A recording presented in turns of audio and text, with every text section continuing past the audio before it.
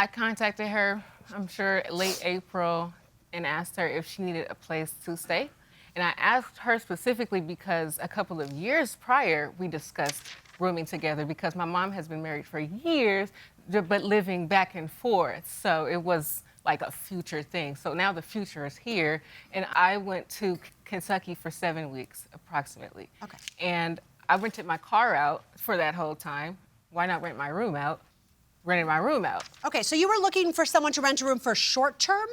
That's how they started. It started. Correct. Okay, so where did it go from there? So from there, when she initially asked, I did tell her that it wouldn't just be me. It would be me, my sister, and my cat. We had those text messages. Okay. I've seen that. So you're not coming without them? Right. Okay. So she agreed. And at the time, no, Miss Carter was not there. She was gone in Louisiana. Miss Child said the only issue was that she left her things in that room and would be coming to retrieve the rest of them to take them with her to Louisiana. So instead, I just went along with the initial agreement of subleasing her room. All right, when did this turn into something more long-term?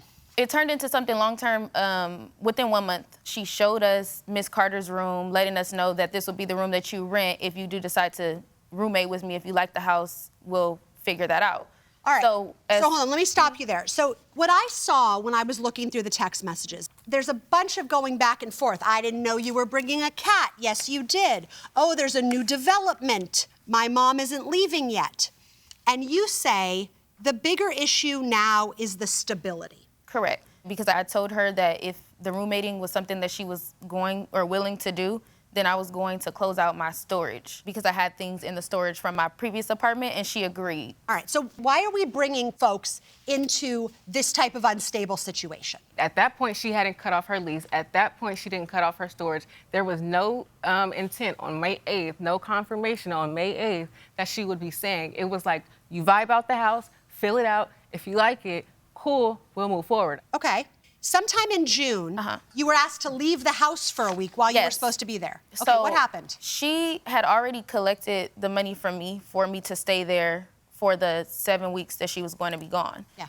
During that time, her mom, Miss Carter, came in town for 2 weeks. Prior to her getting there, she asked Teresia to ask us to leave for 2 weeks. I mean, this is already not going well. No. Why stay? You had a place to stay before you moved in, My right? lease was ending, though. So I said, I'm paying exiting rent where I'm leaving, and the lease is ending. So if this is something that we're going to do, I do want to know for sure before I make the decision to stay past the subleasing agreement. All right, Ms. Carter, did you want folks in this house? No, ma'am.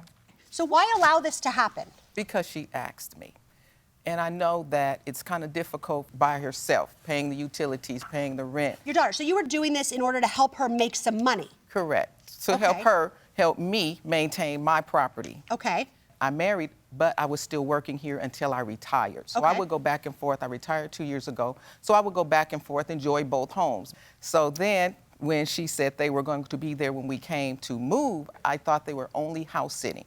Okay. They were not potential tenants. So Ms. Child, so you weren't telling your mom what was going on? Sometimes we lack clarity between each other.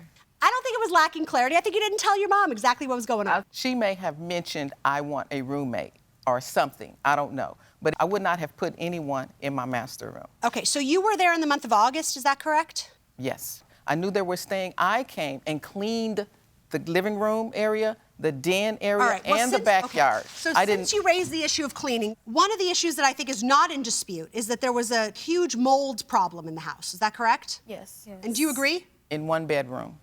By the way, these are some photographs of the mold. Plaintiff's Exhibit A. I mean, that's some serious mold, you would agree, right? I would agree. However, Your Honor, once I was made aware of the black mold in the home, I called immediately a remediation person. They cleaned it. They told her she could move back in. I told them that. But she hadn't been paying for months. Then she decided to pay me $900, just that. And then immediate, oh, I meant to tell you there's mold. Oh, can I have the money back? So all this time, mold has been building up in the room. How do you clean your room and don't see the mold coming?